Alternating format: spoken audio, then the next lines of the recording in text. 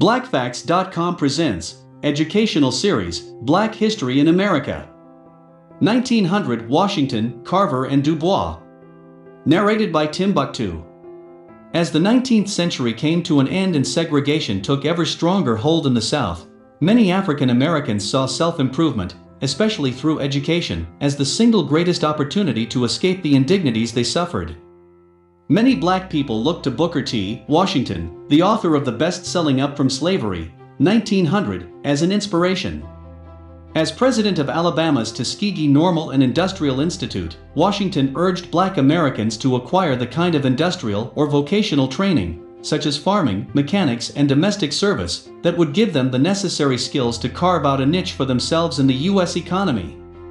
George Washington Carver, another formerly enslaved man and the head of Tuskegee's agriculture department, helped liberate the South from its reliance on cotton by convincing farmers to plant peanuts, soybeans, and sweet potatoes in order to rejuvenate the exhausted soil.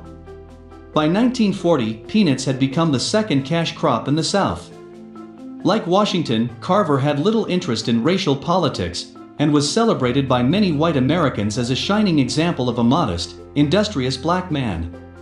While Washington and Carver represented a philosophy of accommodation to white supremacy, another prominent black educator, the Harvard-trained historian and sociologist W.E.B. Du Bois, became a leading voice in the growing black protest movement during the first half of the 20th century. In his 1903 book Souls of Black Folk, Du Bois spoke strongly against Washington's advocacy of industrial education, which he saw as too narrow and economically focused, and stressed the importance of higher education for African Americans.